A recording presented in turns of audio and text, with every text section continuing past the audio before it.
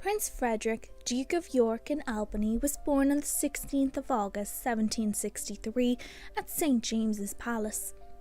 He was the second child of King George III and Queen Charlotte. He was 6 months old when his father elected him as Prince Bishop of Osnabrück in Lower Saxony. The bishopric of Osnabrück was ruled alternately by a Catholic bishop and a Protestant bishop from the Duchy of Brunswick-Luneburg. As Frederick's father was also the Elector of Hanover, he got to choose who would be the bishopric. Frederick was created a Knight of the Most Honourable Order of the Bath in 1767 and a Knight of the Garter in 1771. Frederick was brought up and educated with his elder brother at Kew Palace. Robert Darcy, the 4th Earl of Holderness, was their governor, and William Markham, Bishop of Chester, was their chief tutor. After Markham became the Archbishop of York, Richard Hurd, Bishop of Worcester, became their chief tutor. The princes spent 8 hours a day with their tutors and learned to ride and fence. In 1780, it was decided that Frederick would serve in the army, and he was made a colonel. Frederick was sent off to Hanover for military training under the supervision of Lieutenant Colonel Robert Fulk Greville. From 1781 to 1787, Frederick lived in Hanover, where he participated in manoeuvres and attended the University of Göttingen with his brothers Edward, Ernest, Augustus, and Adolphus. By 1784, Frederick reached the rank of colonel. On the 27th of November 1784, Frederick was created Duke of York and Albany and Earl of Ulster, and became a member of the Privy Council. In 1787, upon his return to England, Frederick took a seat in the House of Lords. When his father's mental health deteriorated and the Regency Bill was proposed, Frederick strongly opposed it.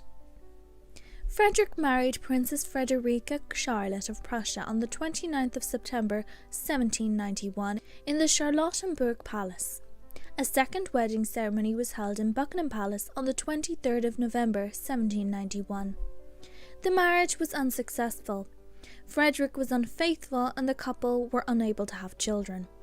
In 1794, the couple separated but remained on friendly terms and never caused any scandals together. In 1793, Frederick was promoted to full general.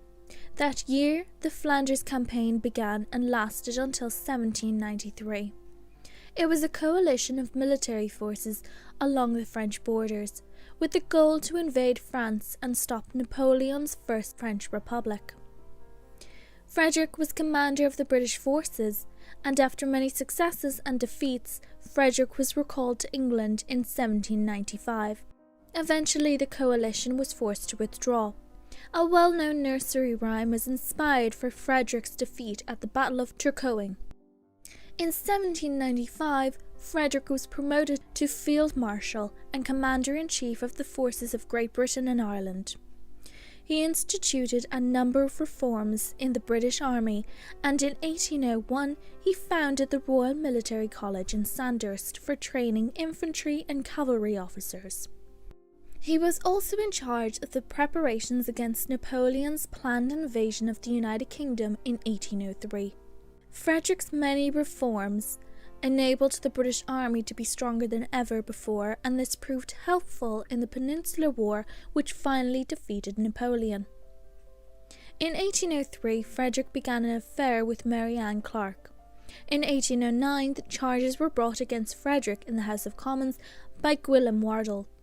These charges claimed that Frederick allowed Clark to influence him in the granting of commissions in the British Army. This caused a national scandal when Clark testified that she had sold army commissions with Frederick's knowledge.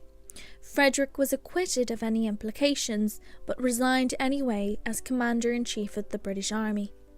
In 1811, George III was deemed unfit to reign, so Frederick's older brother George reigned as Prince Regent until their father's death.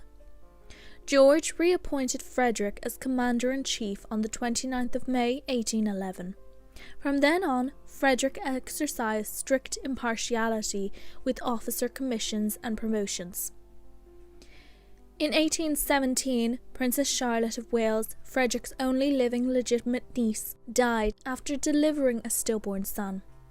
This caused a succession crisis. Despite the fact that George III had 15 children, and 12 of them were still alive by this point, only one, George, had produced a legitimate child, Princess Charlotte of Wales. Unless Frederick's brother had another child, Frederick would be heir presumptive upon his father's death. Frederick's unmarried brothers rushed to find brides, but any children born to them would be behind Frederick in the line of succession. In 1819, Frederick was entrusted with the care of his father, who by this point was blind, deaf, and suffering from dementia. King George III died on the 29th of January 1820, and Frederick's brother became King George IV. Frederick's wife died on the 6th of August 1820, and Frederick never remarried. On the 5th of January 1827, Frederick passed away at the age of 63.